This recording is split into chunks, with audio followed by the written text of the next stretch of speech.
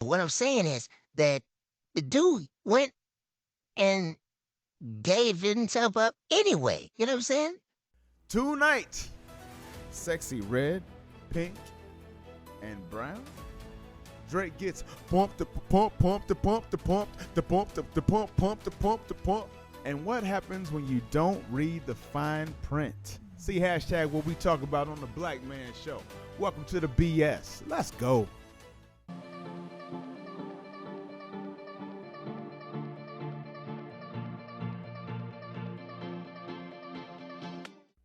What is good? What is good? Thanks everybody for checking us out. This is the Blackman Show.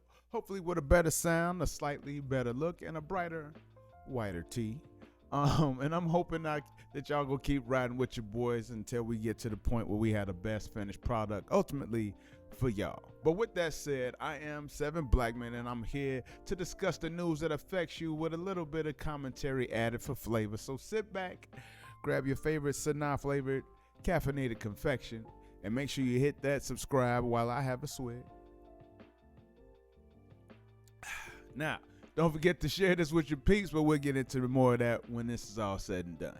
First up, so in an attempt to keep her name hot in the streets, I'm sorry. It says another reported victim of having her IG account accessed and having an entire full-length promo tape starring said account owner unfortunately be leaked. St. Louis rapper and ageless wonder, Sexy Red, seen here showing her true colors. Pink and brown, you say? Look, there's not a whole lot to this, for real. A video was leaked from her own account showing her and a male paramour in they buckets doing what happens when sticks go in holes. And to be quite frank, it ain't that hard to find. Still, then minutes after posting the video was taken down, and there was this lackluster response from her on Twitter where she said, I'm so heartbroken. Anybody that know me knows I wouldn't do no goofy shit like that.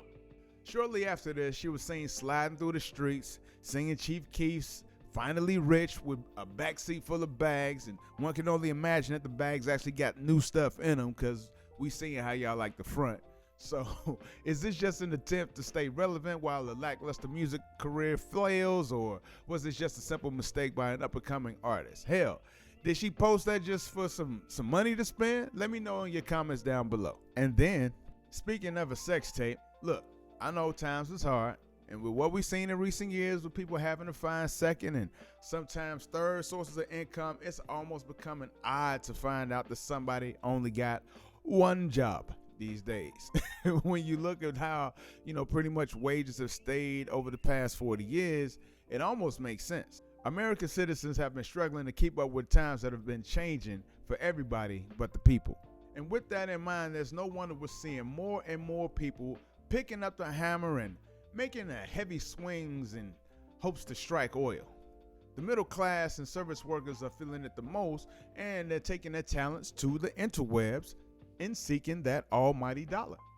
That's right, your local firemen could be sexy firemen, librarians could be sexy librarians, and teachers can get threatened with potentially losing their jobs, even if they don't do any of their work on school grounds. And I get it. It's pretty easy to overlook the extracurricular activities of people that you don't see and interact with regularly. But when you find out Miss Galloway Hall is giving new definitions of the term dilated pupil, it can be hard to focus. I mean, there was a time when moonlighting was considered a bad thing. Gold bricking, they'd actually call it on the Flintstones back in the day. Again, I love telling my age apparently. But now for a small fee, you can see her moon, stars, and for a private showing, even the sun. What I'm talking about is Missouri teacher and next coming to the stage, Brianna Coppage, who's currently facing scrutiny for starting an OnlyFans channel. Basically, the second-year teacher who was only making $42,000 a year started up an OnlyFans account, not only with her husband's blessing, but with her husband, on the encouragement of some friends who were already in the life. Now, within a few months of participation, Coppage got copped. I mean, soon she was making $8,000 to $10,000 per month, and that quick rainfall of funds ain't anything to shake a stick or anything else at. While stating she may never teach again as a result of the pending investigation into her activities, the 28-year-old states that it's not because she dislikes teaching. Quite the contrary. She actually loved and loves the profession, but when, quote, everything is expensive right now and teacher pay in Missouri is almost last in the United States, end quote, it's easy to understand her plight. And that's why I'm starting my OnlyFans tomorrow, straight up elbows and toes, for her pleasure, of course.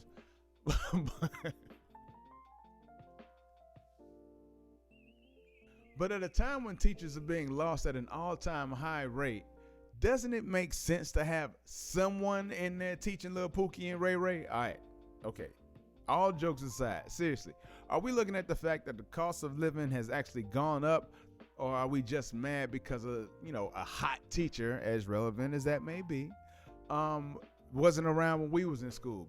Because for real, if it's not harming the kids, what's the actual harm being done? Is it because they're doing it that it's wrong, or is it wrong because we know about it?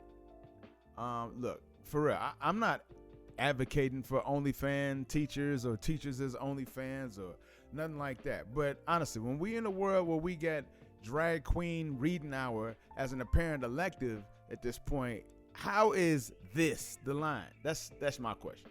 It seems some commenters actually feel the same way, or at least are empathetic to her situation, saying, here's my thing. Nobody will have to know if somebody in the district wasn't on there creeping and paying for subscriptions themselves. I couldn't agree more. I'm just saying, are you actually mad because of the fact that you saw it and you know the person that's doing it, or are you just I really don't get the hate. I really don't. Another says, if it doesn't affect her ability to educate her students, then the school board should leave her alone. And then maybe pay teachers more? Obviously, I have no problem with telling my whole age, so let me just go ahead and pull this one out the bag while we at it. So I remember this episode of Different Strokes, right? When Arnold and Dudley had this teacher. I can't remember what the teacher's name was in the episode, but I do remember it was either Jane Kennedy, Apollonia, or Vanity. It was one of them smoky-eyed, long hair having sisters with the thin wispy look about them. Anyway, so one of these ladies was the actress on the show, and they played the teacher for the episode. So they were their teacher, and they decided that they'd heard rumors that she was working at the Foxy Lady. I remember that. She was working at the Foxy Lady nightclub or whatever, and it was just a lounge where ladies would walk around in like a little bunny type. It's nothing compared to Hooters nowadays, but I'm just saying, this is the 80s, so whatever. Anyway, so she's wearing this bunny type leotard thing. I think she had ears. I can't remember if she had ears or not, but she's going around with the little, the choker on or whatever, handing guys drinks. And Arnold and Dudley sneak in there, and they find out, oh my God, Miss Fine Sexy Ass Teacher is working in the Sexy Lady Lounge or whatever. So yeah, so that was like a whole thing or whatever. But it's like, what did that do as far as her credentials or her ability to teach? Like, I believe in the same episode, Adelaide, their maid, was like, shit, if I could do it, if I had the body for it, I'd do that shit.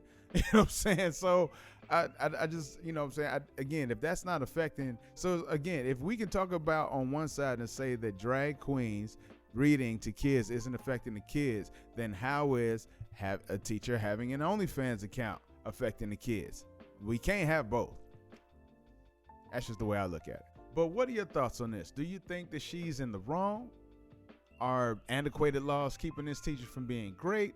Coincidentally, her husband's job did not threaten any sort of disciplinary activities when learning of his participation in these videos. So, is this showing some sort of, I don't know, sexist lean in that women can do what they want, but if you get found out, you're labeled forever while the man gets no such response?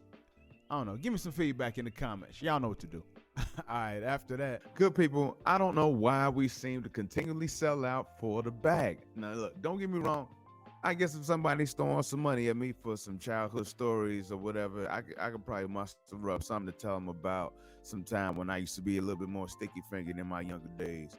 But thankfully, I had one of my boys who was, he was like my conscience. Saying he's the Jimmy the Cricket, so he would just keep me in line and all that. But that's about as hardcore as it's gonna go for your boy. But what I'm talking about is what was unearthed recently with the reopened investigation into the Tupac murder. Now, for those who have no clue of what I'm talking about, Tupac was a powerful and prolific New York-raised West Coast rapper and protagonist at the heart of the East Coast West Coast beef for the 90s, right?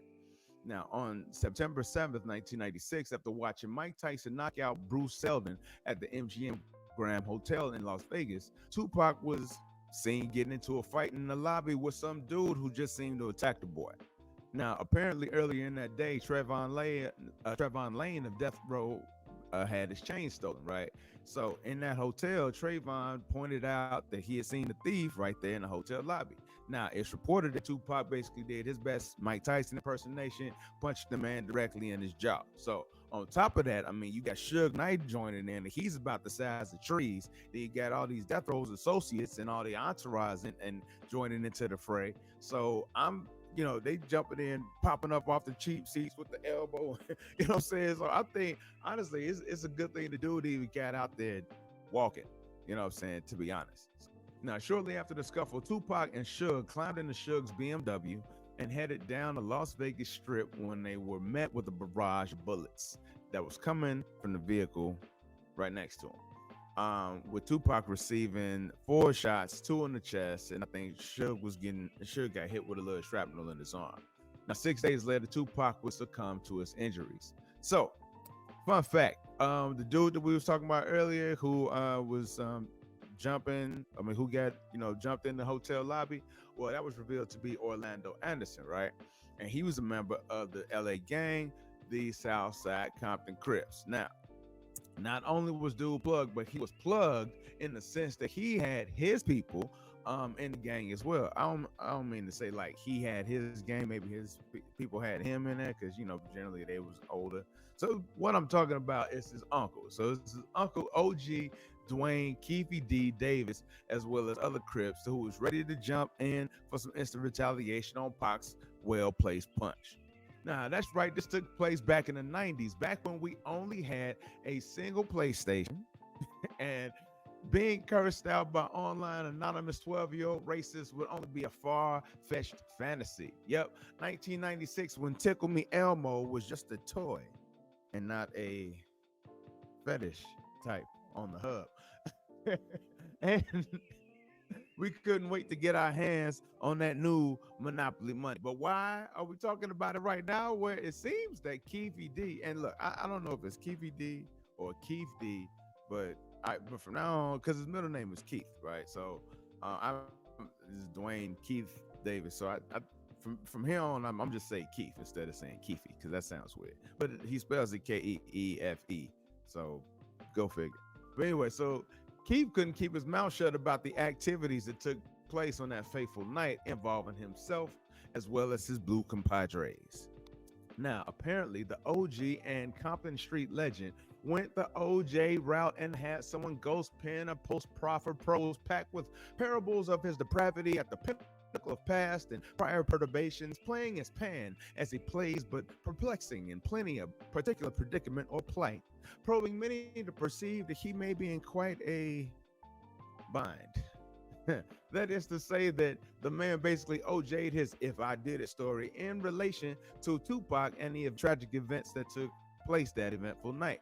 All right, and here's the gist of it, right? Prior to this big reveal, in 2009, Keith D was questioned in his possible connection with the murder of rapper Biggie Smalls, right? Who was killed in an LA drive-by on March 9th, 1997, and was offered what's called a proffer agreement. So in this proffer, you're basically agreeing to reveal self-incriminating information to the government that, if found to be untrue in any sense, will be held against you and will be grounds for prosecution on those revelations, right? So basically, you can tell me your secrets, but don't lie about them, because if you do, that's your ass. You know what I'm saying? But in this bubble, you know what I'm saying, you can tell me anything, and as long as it's true, you good. So it's kind of like, you know what I'm saying, a single serve immunity, something like that.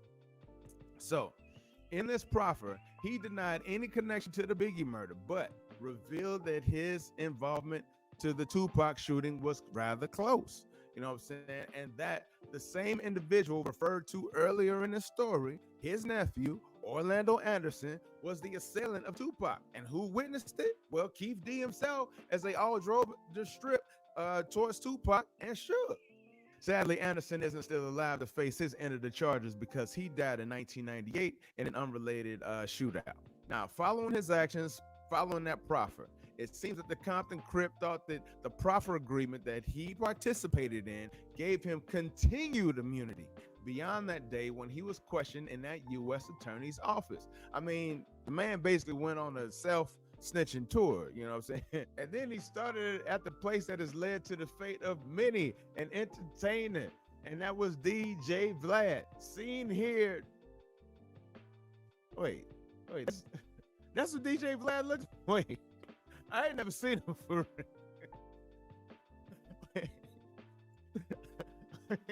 talk about a face made for radio, bruh. Hold on, wait, and are those bangs? Not the bangs, the bangs, not the bangs. So Keefy D went on Vlad's show and told a story in not so uncertain terms, right? And on any occasion when Keefy D would try to skirt any of the questions that Vlad would ask about that particular night, Vlad would just say, well, this already took place in the book, so I'm just confirming. And then then Keith would be like, yeah, he would just agree with what dude said, and then they would just proceed forward. He wouldn't deny it in any sort of way. You know, he'd just be like, I can't give him too much information because, then they won't buy the book. Bruh. Well, in the book, you said that as you're driving up towards the BMW with Suge driving and Tupac in the passenger seat, and you said that Tupac pulled out a gun. It looked like he was reaching, yeah. Yeah, it did. Okay. Yeah. Did you actually see a gun? No, shit. Once he got the reaching, I got the ducking. So someone from your car That's what happened. started shooting at Tupac and Suge. Lane starts blasting. You say Suge looks over, he sees you. He looks right at you. Yeah, he looked at me. Okay. When he looks over at you, and then Tupac's busy getting shot. Evidently, the story is Tupac's trying to either get out In of the line. back seat or something. Yeah. What do you see happening inside of their car? Jumping in. I seen a bullet going Suge's head. I thought he was dead. And so that's the book that he decided to OJ. You see what I'm saying? Seemingly making him wonder why people are coming at him, asking all these questions. This is why it's important to have competent legal representation to explain things that you are unclear of. And when in doubt, just shut your mouth. You know what I'm saying? Like, I mean, don't get me wrong. I'm not advocating for the killers to get away. But what I'm trying to figure out is what's gangster about that. Like telling everybody you know who when it even ain't you, but you get arrested anyway because of your connection to it. You know what I'm saying? And then the bad part is that it seemed to be rumored that the Southside Compton Crip neighborhood already basically knew who the assassin was for like decades. So I thought G's moved to silence. Now, do G's move in silence, or are they trying to get a position on the New York Times bestsellers list? I mean, I honestly think it would have come out eventually, you know what I'm saying? But homie definitely pushed the ball forward. Maybe that's part of the old head, fuck it, that they get when they just don't care anymore, you know what I'm saying? Especially how I think he's rumored to have cancer right now. So, I mean, I've heard many of a confession made from people's deathbed. So is that what this is? I don't know. But dude made a little bit of bread off the self-snitch. And honestly, that's kind of what befuddles your boy, right? See, that's the part I was talking about when we first started this whole story, right? So we get that opportunity to turn into the light or to turn away from it. Now, if you turn into the light, that means that, you know what I'm saying, you lose a little bit. You have to give up a little bit of something, but you gain the light. There's no saying of how much of that light that you get to keep, but you get a little bit of shine. Now, staying in the dark keeps you whole, but at the same time, you never get the shine. Now, some people can find their spot and they cool with staying in the unknown, but for others, it's like that light is enchanting. It's mesmerizing. And so I don't know. It's like sometimes you get a little bit of that. And for some people, the light is fame, fortune. And for some people, the light is money. You know what I mean? So whatever that light is, sometimes people get a little bit of that light, and they all of a sudden they're like, well, I want more of that. I want to get more of that. You know, you go on someplace like Vlad, and all of a sudden people are talking, saying your name and things. Now you feel like a little fake ass celebrity. You know what I'm saying? So if you're feeling like a fake ass, or you're doing that celebrity shit, but you're doing it at what cost? Again, I'm not sitting here saying that I'm advocating for anybody to be hurt or for anybody to maintain their silence just because of a murder or something like that. But what I'm saying is that the dude went and gave himself up anyway. You know what I'm saying? But that's the unfortunate transaction that takes place. But where do you stand? Do you think dude told on himself for reasons other than what I found already? Like, why do you think he told? Was it just a misunderstanding? Was it that old age? Was it cancer? Was it the loss of loved ones? Was it something else? Let me know your thoughts in the comments down below. So if you keep your ears to the hip-hop streets, every now and then you might pop your head towards what's happening in the mainstream.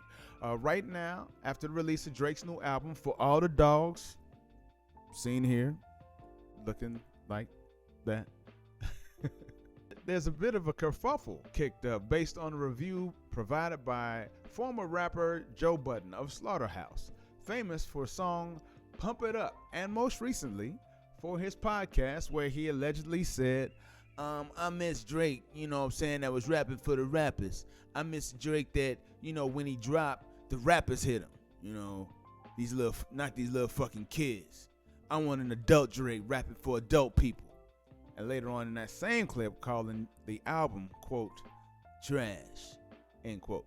Well, you know, being an MC, this caused Drake to, of course, hit the booth and, you know what I'm saying, write a tender letter to Joey Not Biden expressing his feelings. So I felt it only right to share the Champagne Poppy's prose in print. In it, he says, Joe Biden, you have failed in music. You left it behind to do what you are doing in this clip, because this is what actually pays your bills. For any artist watching this, just remember, you're watching failure give their opinion and is an idea of a recipe for success. A quitter give their opinion of how to achieve longevity. You switch careers because the things that pop into your brain had you broke living check to check. Now we gotta give a quick shout out to the French spelling in this. And the raps you write had 450 men showing up to your shows in Dusty and Nietzsche jeans to screw up their face to Move Music 29 and pretend that you are the GOAT. Please, to any artist that's doing what they feel is right, don't let these opinions affect your mindset after the fact. This guy's the poster child of frustration and surrendering. You're retired, and we never even hung up your jersey. We don't even remember your number. We know you for doing this. You withdrew from rap, not because you accomplished all you need to, it's because it wasn't working for you. I never want anybody in the generations to think that the whole, quote, everybody's entitled to their opinion, end quote, is a real thing. This is a man projecting his own self-hate and the fact that I did and continue to do everything he wanted to do for himself. If you need to put in simpler terms, I own a 767. He owns a modest house in the 973 area and flies first class on special occasions.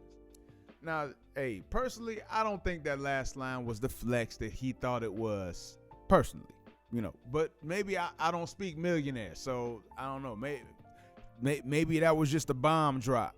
I don't know. But to somebody like me, it read like he didn't have his ghostwriters nearby for this entry.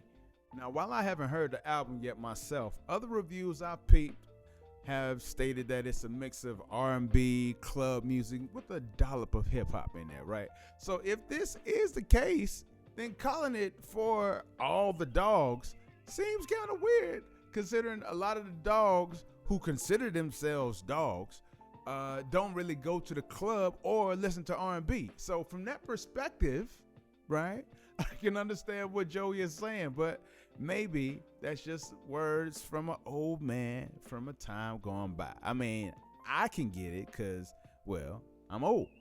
But who's to say what a person is supposed to present when expressing himself, right? Is it only supposed to appeal to a certain crowd? And let's not forget that the former Degrassi star also gave up his acting to do what he's doing now, just like Joe with his music. Good thing for him. It kind of worked out. But what are your thoughts? Did Joey go too far? Are his expectations too high for a guy with a team of ghostwriters? Bonus if you think the ghostwriter wrote that response. And why do you think he avoided going at this rap beef, in the booth? And lastly, was this just more publicity? I mean, it's not like bad press ain't winning these days. I mean, either way, hit me in the comments down below. Name me 3 Joe Budden songs for $20. Up in the club, pump it up. You guys, give me another Joe Budden song. Joe Budden? No, the guy from, the one I was beefing with, like, Migos. Yeah. You don't make music? Joe Budden? I don't. Excuse me, bro. $20 if you can name me 3 Joe Budden songs. And now that we've come to almost the end of the episode, I thought I'd like to take a second to look back at some questions that I've been hit with in regard to last week's episode. In particular, in regarding to Bay and Kansas City just last weekend. So, now that the dust has settled and the smoke has cleared on the penultimate date of the Renaissance Tour, when the city was alit with silver sirens singing and shrieking serenades slightly out of sync, how do you feel, concert goers? I'm asking because I remember them continued posts from the fringe religious types and the super religious claiming that these concerts were claiming souls when all Beyonce was trying to do was keep you from breaking everybody else's. So tell me, have any of you found out what's on the other side of that so-called portal that was on the Beyonce stage? Now that you've obviously been indoctrinated into a satanic Illuminati cult, what now? Is your rent paid? Are your bills paid? I'm just saying, like, do you get a nice jacket or something like that? I'm just saying, there was so many of us trying to keep us afraid of going out and showing out at a concert that didn't do too much but leave people with sore feet, sore throats, and about 3 hours of sleep before they had to get to work the next day. But that's where we gonna have to leave it. So with that said, I am ShowTheBlackman. This has been the Blackman Show. Please be sure to hit the like, subscribe buttons and share it with your people. And I am looking to grow this channel to be something big. So I need your help to get there. Please help your boy out. Make sure you reach out to me at ShowTheBlackman@gmail.com if there's any story you'd like to, for me to cover, or if there's any comments or whatever. And you can holler at me at all the socials at ShowTheBlackman. So until next time, y'all take care of each other, and I will see you then. Peace. You know what I mean?